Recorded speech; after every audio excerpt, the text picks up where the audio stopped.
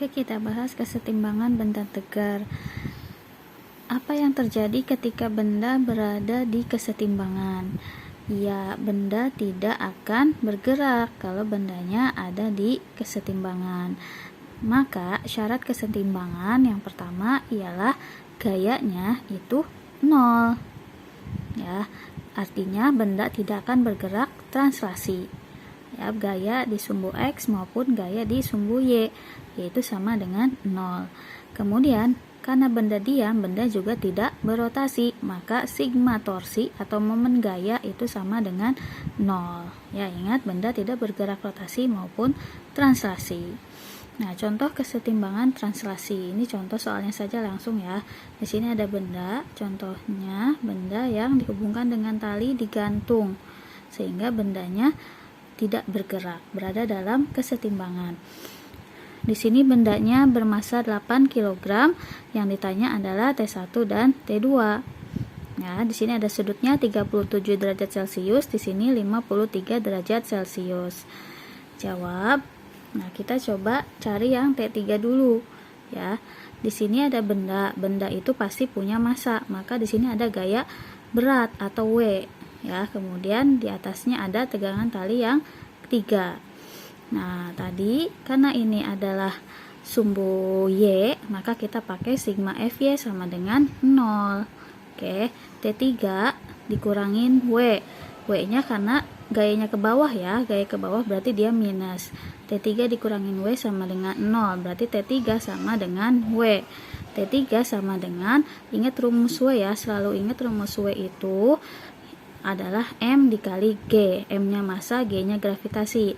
Massanya 8, G-nya 10, jadi 80. Oke, berarti T3-nya adalah 80. Nah, sekarang yang kita cari adalah T1 dan T2. Ini Ibu gambarin lagi seperti ini.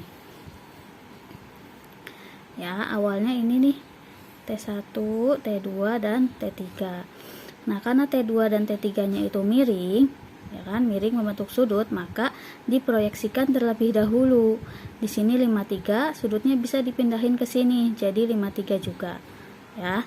Nah, diproyeksikan terhadap sumbu X.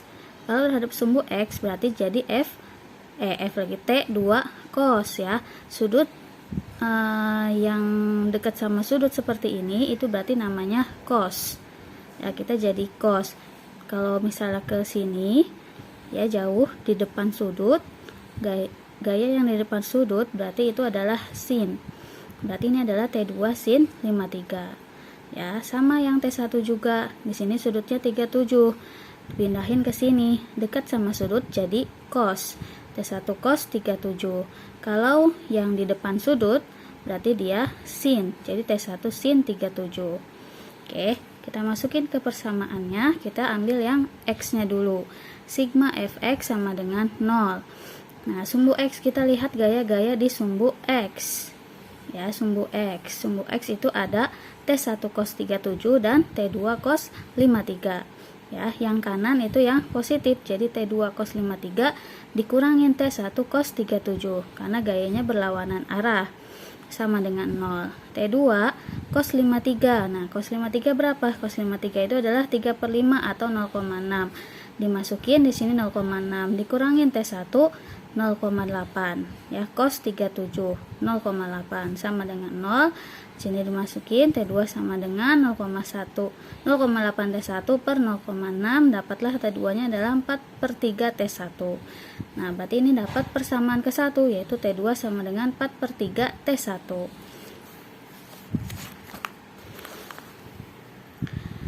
Nah, sekarang kita ke sumbu Y.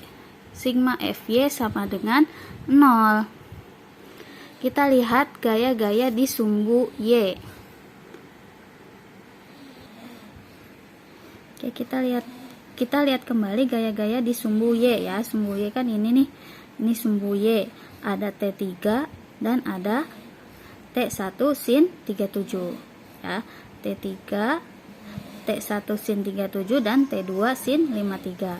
Nah, kita masukkan ke persamaan tadi ya.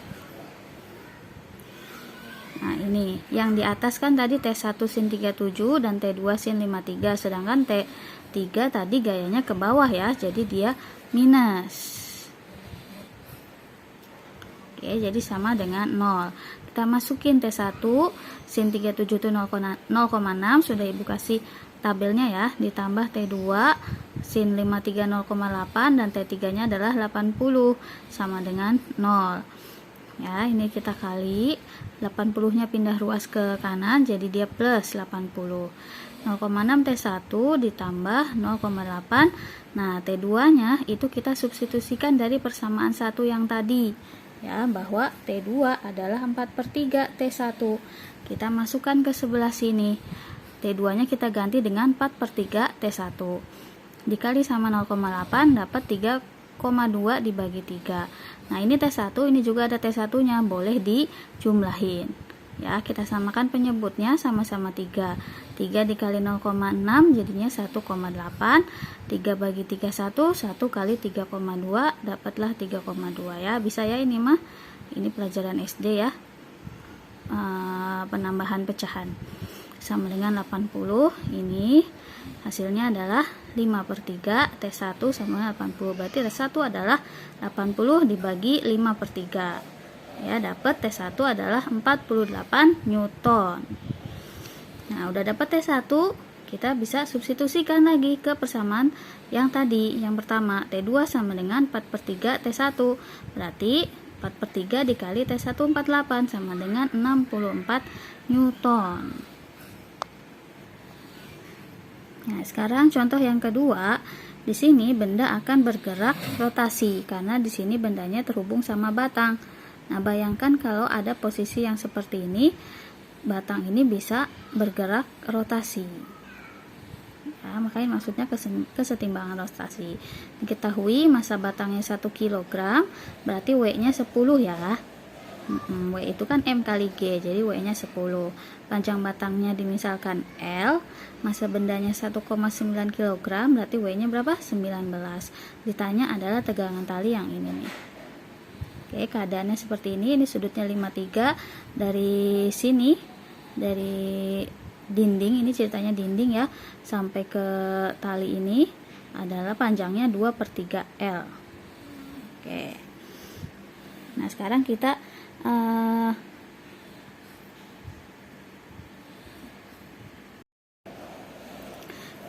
sekarang bahas yang contoh kedua ya. Nah, contohnya soalnya seperti ini. Kalau gambarnya seperti ini, keadaannya seperti ini, maka benda akan bergerak rotasi. Ya, kalian bayangin kalau ada benda seperti ini, di sini ada batang, kemudian disambungkan dengan benda, maka batang ini bisa bergerak rotasi. Ya, batang ini dihubungkan dengan dinding dan tali. Ya, sudutnya 53. Massa batangnya adalah 1 kg, berarti W-nya berapa? 10. Ya, tinggal dikali 10, 1 kali 10, 10. Panjang batangnya adalah L, massa bendanya adalah 1,9 kg, berarti W-nya berapa? 19. Ya, ditanya T-nya ini. Oke. Kemudian di sini diketahui lagi dari dinding ke tali ini adalah 2/3 L. Oke, jawab. Ibu gambarin lagi gaya-gayanya. Oke, di sini kalian harus mengingat lagi materi momen gaya ya, atau torsi. Nah, di sini ada titik A.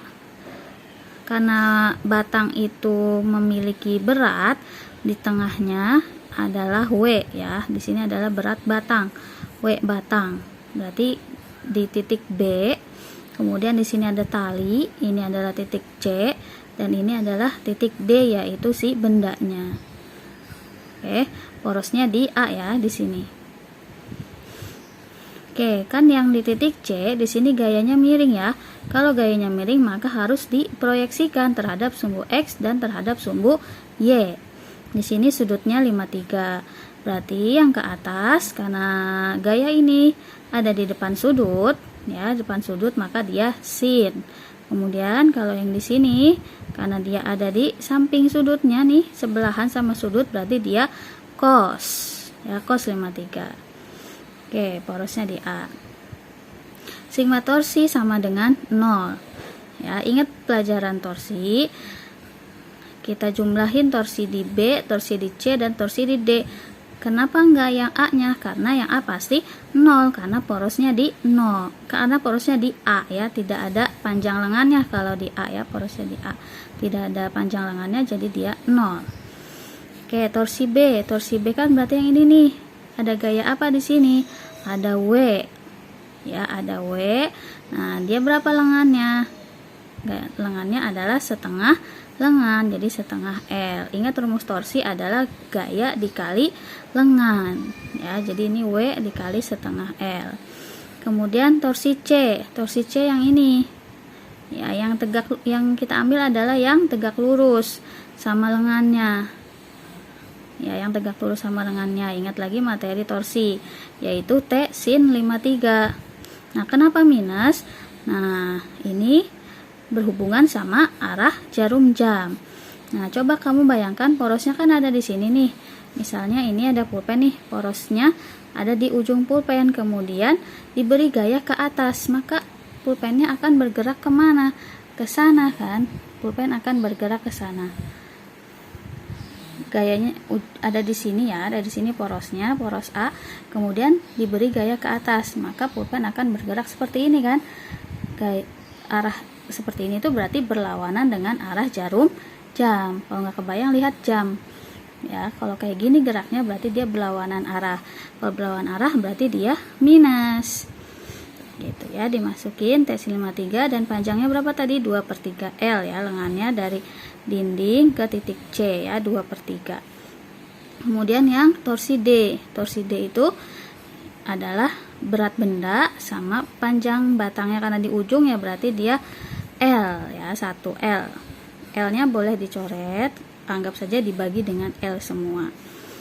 Kemudian kita masukin angkanya, W sama dengan 10 dikali setengah min T sin 53 itu adalah 0,8 ya. Kemudian dikali 2/3 ditambah W bendanya adalah 19 sama dengan 0. 10 dikali setengah jadi 5. 19-nya ibu pindahin ke sini ya, sedangkan yang ininya pindah ruas ke sebelah sana. Oke, jadi 5 tambah 19 sama dengan 1,6/3 T.